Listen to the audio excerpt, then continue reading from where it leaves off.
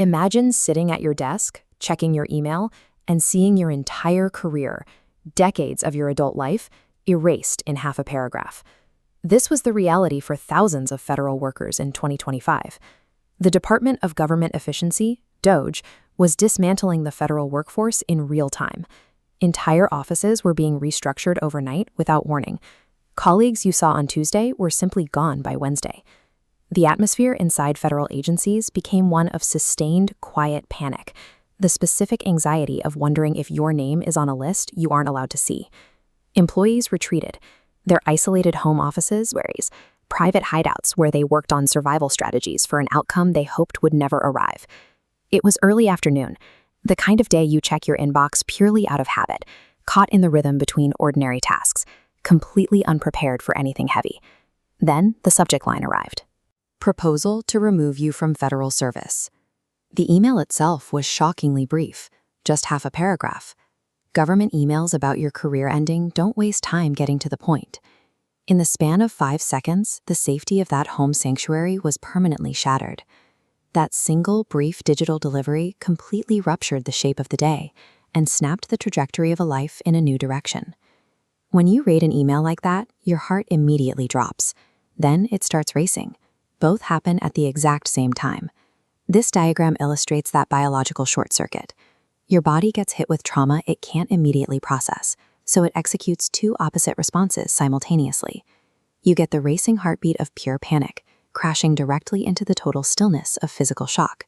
Your brain tries to reject the data. You read the text quickly, hoping your eyes skipped a word. Then you read it again, slowly, confirming you didn't misread a single letter. This mental and physical contradiction forces you out of your own body. You end up watching the moment happen from a distance, feeling like the person being fired in that email is a complete stranger. Nobody tells you what to do in the hour after.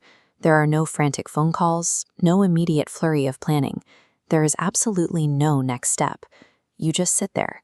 Your hands stay flat and motionless on the desk, holding on to news you literally don't know what to do with.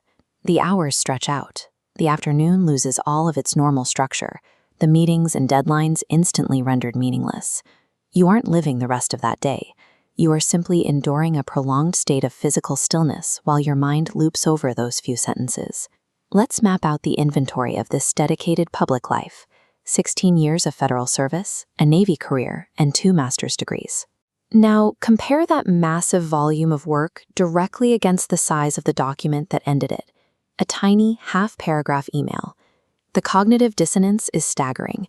It feels as if everything you deliberately built over a significant portion of your adult life is being treated by the bureaucracy as if it never existed at all. The email adopts the sterile language of failure. It describes a person who never showed up and never cared, an insult to the 16-year record of the person actually reading it. But this experience wasn't isolated to one dimly lit home office. Thousands of other federal workers found themselves living inside that exact same unseen jeopardy. If you received one of these brief, heavy documents, or if you spent months trapped in the suffocating anxiety of waiting for one to arrive, you are not alone.